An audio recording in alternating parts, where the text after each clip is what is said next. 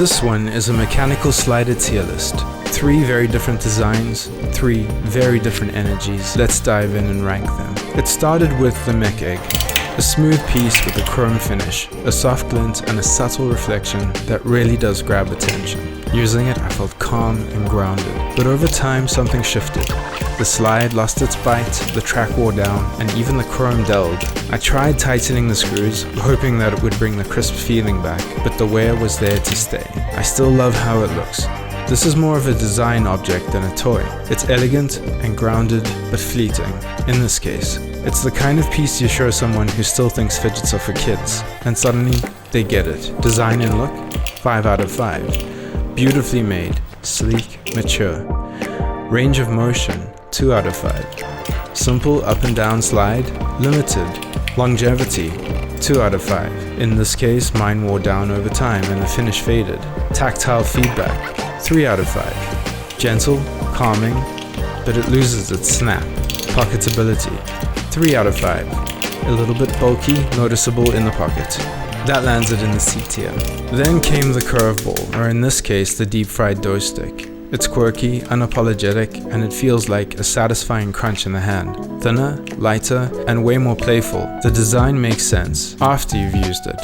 It's functional and fun, and the rotation, that feature gives it a unique motion. It's not just up and down, it loops, pivots, arcs.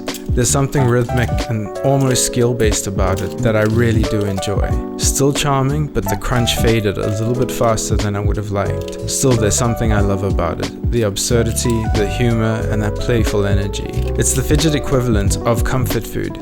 Messy, imperfect, but sometimes exactly what you need. Design and look, 4 out of 5. Quirky, full of character. Range of motion, 4 out of 5. Up and down, rotate, fun. Longevity, 3 out of 5. In this case, the crunch faded over time. Tactile feedback, 3 out of 5. Satisfying to begin with.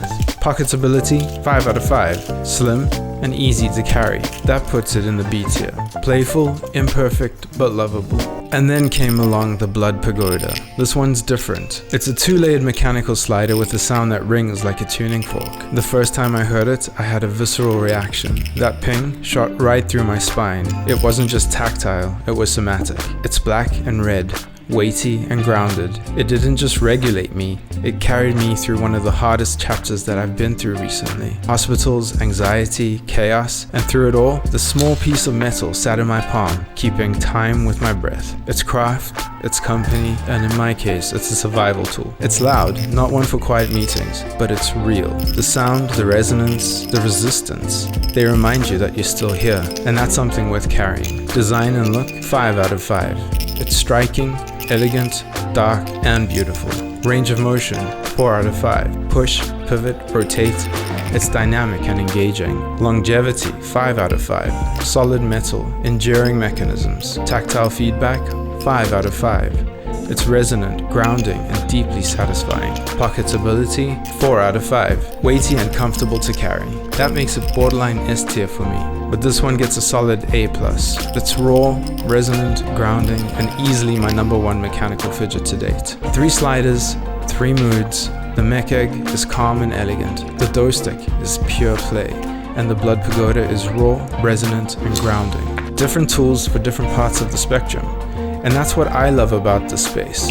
There's no one size fits all, just small pieces of metal that make big days a little softer and easier to face. Each one of these has had its own dedicated review, a deeper look at the story behind each piece. If you'd like to see more of that journey, feel free to check out any one of those videos, and if you've enjoyed this kind of storytelling, join the conversation and subscribe. That way more of these will find your way to your feed. If you've tried any of these, or if there's one you think that deserves a spot in a tier list like this, then drop a comment below. And as always, stay genuine, stay curious, and stay spectrumy.